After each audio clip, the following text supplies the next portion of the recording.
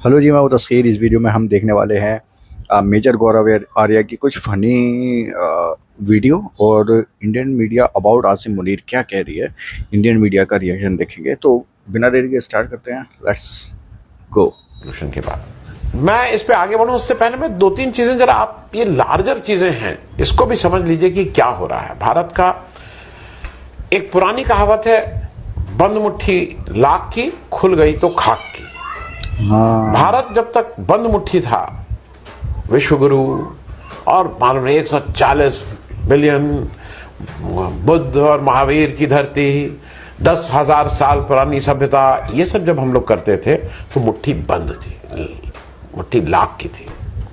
अब जब खुल गई तो इसके अलावा हमारे पास और कोई रास्ता नहीं है। हर बात में चाहे अच्छी बात हो चाहे बुरी बात हो, समझ में आए चाहे ना आए, करके उसको पासन कर दो। ये भारत की मुट्ठी खुल चुकी है।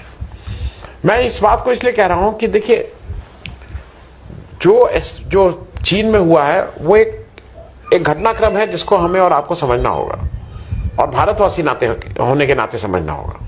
उन्होंने तारीफ करते हुए असीम मुनीर ने अपनी सेना को स्टील की दीवार कहा है और कहा कि भारत के हमले को पाक सेना नाकाम कर सकती है। जनरल असीम मुनीर को कट्टरपंथी आर्मी चीफ भी कहा जाता है। 57 साल के मुनीर को हाफिज कुरान का खिताब हासिल है। जनरल मुनीर को कुरान की सभी आयतें पूरी तरह याद है। वो भाषण और बातचीत में अक्सर आयतों का इस्तेमाल करते हैं। 15 अप्रैल को भाषण में उन्होंने पाक को अल्लाह का बनाया मुल्क कहा। साथ ही हिंदू मुस्लिम पर पाक भारत की 2 नेशन थ्योरी भी दी थी। बंटवारे के दौरान मुनीर का परिवार भारत के जालंधर से पाकिस्तान गया था, यानी मुनीर जालंधर के रहने वाले। मुनीर के पिता स्कूल में प्रिंसिपल और एक मस्जिद के इमाम थे। उनकी शुरुआती पढ़ाई भी रावलपिंडी के एक मदरसे में ही हुई। 2022 में बाजवा के बाद मुनीर पाकिस्तान में सेना प्रमुख बने और अब फील्ड मार्शल बनकर वो सबसे ताकतवर शख्स बन गया है। आज आपको बता दूं, अगर जो आज मोदी जी चुनाव हार जाएंगे तो देश छोड़ देंगे, देश छोड़ देंगे। और ये आपने देख भी लिया, अभी ऑपरेशन सिंदूर के टाइम मोदी जी गिड़गिड़ाते रहे चारों तरफ कि कोई देश हमारे साथ नहीं खड़ा था। कौन हमारे साथ, किसी ने कहा मैं खड़ा हूं, या रूस हो। हमारे रूस से जब अच्छे संबंध थे, उस समय में जब हमारा पाकिस्तान से बांग्लादेश अलग हुआ, रशिया ने हमारा साथ दिया। आज हमारे साथ ट्रम्प ट्रम्प ट्रम्प करते फिरते हैं मोदी जी। आज ट्रम्प तक ने मोदी को आंख दिखा दी। ट्रम्प ने अमेरिका ने इसके बारे में क्या सोचा होगा? आपको पता है अमेरिका क्यों ऐसे प्लान बना रहा है? हाँ। कारण क्या है? बहुत समय तक एक थ्योरी चली थी पूरी दुनिया में कि पाकिस्तान के पास जो न्यूक्लियर वेपन्स हैं, अगर पाकिस्तान डिस्टेबलाइज होता है, वहां पे उथल पुथल होती है, तो ये न्यूक्लियर वेपन्स अलकायदा के हाथ लग सकते हैं, इस्लामिक स्टेट के हाथ लग सकते हैं, तालिबान के हाथ लग सकते हैं। ठीक है, तो उन्होंने बोला कि नहीं, पाकिस्तान को स्टेबल रखो। बाद में एक थ्योरी ये आई कि साहब आखिर अलकायदा है क्या? ये तो एक विचारधारा है, ये तो एक मानसिकता है, और अलकायदा की मानसिकता वाले खुद पाकिस्तान के जर्नल हैं। बिल्कुल। तो बाहर से अलकायदा को आने की आवश्यकता नहीं है, पाकिस्तानी आर्मी के अंदर खुद अलकायदा है। ईमान तकवा जिहाद फी सबीलिल्लाह, this is the motto of the Pakistan army. क्या कह दिया आपने अभी? ईमान तकवा जिहाद फी सबीलिल्लाह। इसका मतलब क्या है? इसका मतलब है faith, piety and holy war in the path of Allah. यानी कि ये प्रोफेशनल आर्मी नहीं है, ये ऐसी आर्मी है जिसका फर्ज है काफिरों के खिलाफ जिहाद करना। ईमान तकवा जिहाद फी सबीलिल्लाह। ये कुछ अलग ही यार, नफरत फैला रहा है बंदा। अगर इस तरीके की डॉक्ट्राइन के साथ और आप सोचिए, दुनिया को सिर्फ पाकिस्तान से जोड़ के बताता है। आप बड़ा हमने स्ट्राइक कर दिया। ये अंदरूनी आपकी जो डोमेस्टिक ऑडियंस है ना, उनको दिखाने के लिए, बताने के लिए है। इसका पाकिस्तान पे कोई असर हो, ये बिल्कुल, मैं कहता हूं, मुमकिन ही नहीं है। आप ये समझिए कि अमेरिका ने तकरीबन 14 साल इनके खिलाफ ड्रोन अटैक्स किए, हजारों ड्रोन अटैक्स, हजारों आदमी मारा गया, हजारों हाई वैल्यू टारगेट जिसे कहते हैं, टॉप लीडरशिप, पाकिस्तान ने टेररिस्ट की टॉप लीडरशिप मारी गई। और पाकिस्तान का तालिबान के लिए समर्थन एक क्षण के लिए भी नहीं कम हुआ। वो साथ साथ झूठ बोलते रहते थे अमेरिका को, नहीं नहीं हम तो आपके लिए लड़ रहे हैं, हम इनके खिलाफ लड़ रहे हैं, और उनको शय भी दे रहे थे, साधन भी दे रहे थे, सब कुछ दे रहे थे।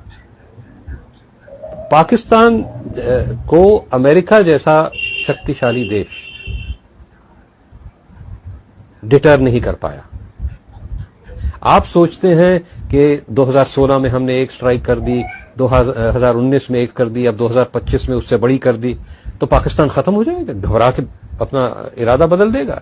जो वो कहते हैं हमारी ये शहरग है, वो भूल जाएंगे। और सारा खेल जो है दोस्तों वॉरफेयर का आज के जमाने में वो ये हो गया है, बैलिस्टिक मिसाइल्स जो हैं हजारों किलोमीटर दूर से मार देती हैं। भारत ऐसे थ्रेट्स एक्सपेक्ट कर रहा है कि दुश्मन जो है, चाहे वो चाइना हो चाहे पाकिस्तान, वो हमला करेगा ज्यादा से ज्यादा बैलिस्टिक मिसाइल या एरियल थ्रेट्स। भारत के लिए जो आज की तारीख में है वो काफी नहीं है। भारत को और S-400 चाहिए, भारत को और S-500 चाहिए, और भारत ऐसे ही सिस्टम्स इससे बेहतर अपने देश में खुद भी बना रहा है। हमारे पास अब एक ऐसी मिसाइल है जो कि पनडुब्बी से, पानी के नीचे से हम फायर कर सकते हैं, और ये मिसाइल चीन के किसी भी कोने को बर्बाद कर सकती है, और एक न्यूक्लियर मिसाइल है। चीन आपसे ट्रूली, वेल एंड ट्रूली डरेगा, बिकॉज चाइना नोज कि कहीं INS अरिहंत और INS अरिगात हैं, कहीं 1 किलोमीटर नीचे कहीं पानी में चुपचाप साइलेंटली स्टेल्थ मोड पे तैर रहे हैं। एक बटन दबाया, गुड नाइट।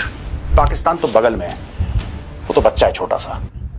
दोस्तों, जिन मोदी के लिए कहा जाता था कि उनके एक फोन पर जस्ट 1 कॉल यूक्रेन और रूस का युद्ध रुक जाता है, जो मोदी दुनिया के सबसे लोकप्रिय नेता हैं, और चाहे रूस हो, चीन हो, अमेरिका हो, कोई भी ताकत हो, मोदी की बात सुनती है, मोदी की आवाज सुनती है।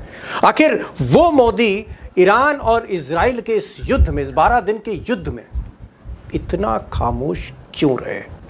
अब ये बात मैं इसलिए कह रहा हूं कि जब ये युद्ध शुरू हुआ और इजराइल ने ईरान पर हमला बोला, उसके military commanders, top military leadership ढेर कर दी, उसके न्यूक्लियर साइंटिस्ट मार दिए, तो भी भारत चुप था, मोदी जी चुप थे।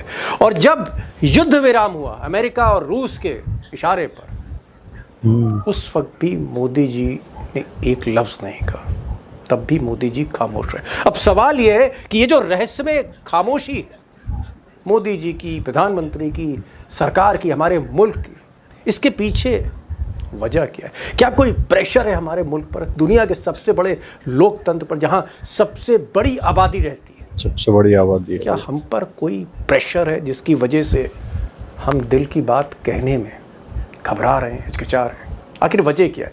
अब ये जो सवाल है, जो खामोशी है, मिस्टीरियस साइलेंस, रहस्यमय खामोशी, कोशिश करूंगा इस वीडियो में उस राज को खोलूं आपके सामने। ये ईरान तो अमेरिका के सामने झुकने को तैयार नहीं है।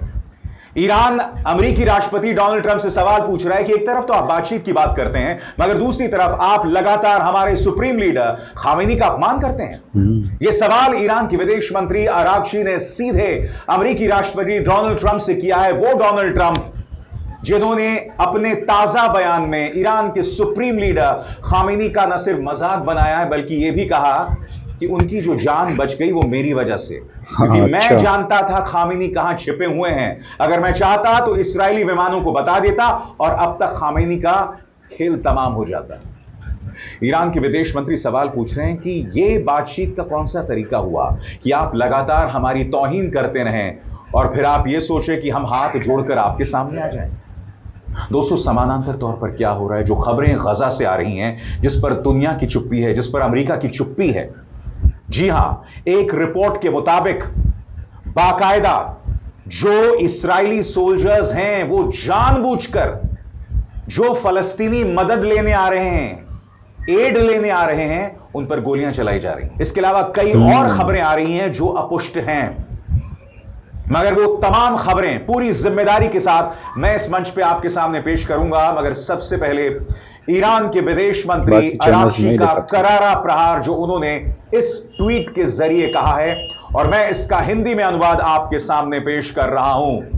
आरागची कहते हैं, ईरानी लोगों की जटिलता और जिद पूरी दुनिया में मशहूर है। हमारी शानदार कालीनों में यह खूबी झलकती है जो न जाने कितने घंटों की मेहनत और सब्र से बुनी जाती है। लेकिन एक समाज के तौर पर हमारी सोच सीधी सादी है। हमें अपनी कीमत पता है, हम अपनी आजादी की कद्र करते हैं और हम कभी भी किसी और को अपनी किस्मत तय करने नहीं देते। अगर वाकई ट्रंप किसी समझौते में दिलचस्पी रखते हैं तो उन्हें ईरान के सर्वोच्च नेता ग्रैंड आयतुल्लाह खामेनी के लिए अपमानजनक और अस्वीकार्य लहजा छोड़ देना चाहिए और उन करोड़ों लोगों की भावनाओं को ठेस पहुंचाना बंद कर देना चाहिए जो उन्हें दिल से मानते हैं। ईरानी जनता जिसने दुनिया को दिखा दिया कि इस्राएली सरकार को मिसाइलों से बचने के लिए बड़े बाप यानी अमेरिका के पास भागना पड़ा, वो धमकियों और गालियों को हल्के में नहीं लेती। अगर कोई भ्रम में रहकर बड़ी गलती करता है तो ईरान अपनी असली ताकत दिखाने में देर नहीं करेगा, और वो ताकत किसी के भी ईरान को कम आंकने सजा हो सकती है। राइट, तो सबसे पहले मैं मेजर गौरव आर्या की बात करूंगा। देखो, मुझे लगता है कि गौरव आर्या जो है ना, सिर्फ इस्लामिक चीज़ें 2-4 वर्ड सीख लेना, जैसे फी सबीलिल्लाह ऐसे करके कुछ उन्होंने याद किया, उसका मीनिंग ढूंढा, मतलब रिसर्च करते होंगे वो।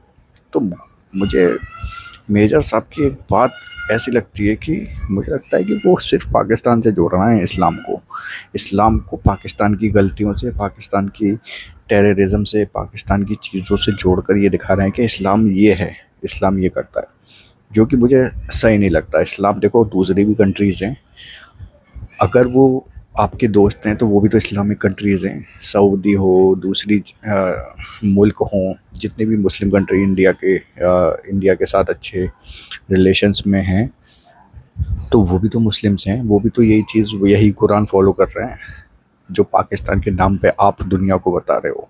तो ये चीज़ मुझे सही नहीं लगती है।